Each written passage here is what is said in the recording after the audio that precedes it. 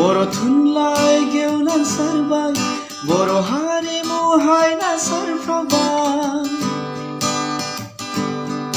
बर' थुनलाइ गेवलां सारबाय बर' हारिमु हायना सारफ्रावबाय बिबार बारिनि समायना बिबारफोर बायदि अख्रां सानि जोंथि माथि हाथरखिफोर बायदि बुहुमाव आबुं महरै बुहुमाव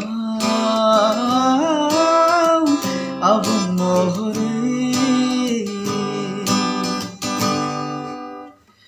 खुलुमबाय रायजो राजाफोर आं फुंजा मुसाहारि जोंनि बर' थुनलाइ आफादनि गा 64थि बोसोरसालिया जथुम्माया फैगौ जानुवारि अक्ट'नि 9, 10, 11 आरो 12 उदालगुरि जिल्लानि सिङाव थानाय डिमाकुसि हालामनि दैमु नोगोराव जानो थाखाय लाहार फाहार जागासिनो दङ।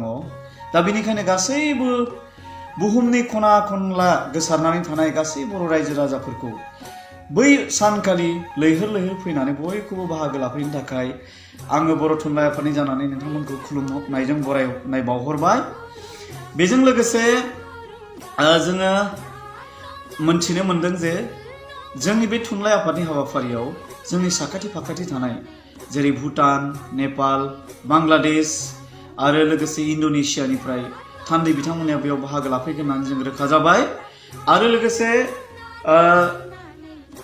बै हाबाफारिजों लोब्बा लाखिनानैनो जानुवारि 6 अक्ट'निफ्रायनो बै हाबाफारिनि दिन्थिफुंसालिखौ बेखेवनायनि थाखाय बानजायगिरि बिथांमोना थाम-थिम खालामदों। दा बै दिन्थिफुंसालियाव नोंथांमोना बर'नि गोबां हारिमुवारि दिन्थिफुंनायखौ नुनायजों लोगोसे बेवहाय बर'नि माखासे थियाटारफोरखौबो नुनो मोनगोन आरो बेजों लोगोसे फोरमायनो मोननानै गोजोननाय मोनगोन जोंनि जेसेबां बर'नि गेजेराव माखासे रिनाउन्ड आर्टिस्टफोर सेनियर आरो जुनियर बिथांमोनाबो गासिबो बाहागो लाफैजोबगोन। आरो लोगोसे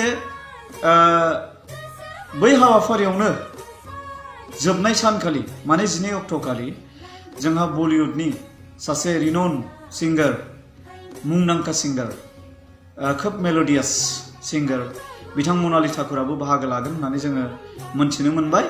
दा बेनिखायनो गासै रायजो राजाफोरखौ आङो जावलियै खनसे खावलायबावगोन जे बयबो फैनानै गाब गोनां खालामफैनो थाखाय आंनिफ्राय खुलुमनायजों नोंथांमोनखौ खनसे बरायनाय बावहरबावबाय। गोजोन्थों।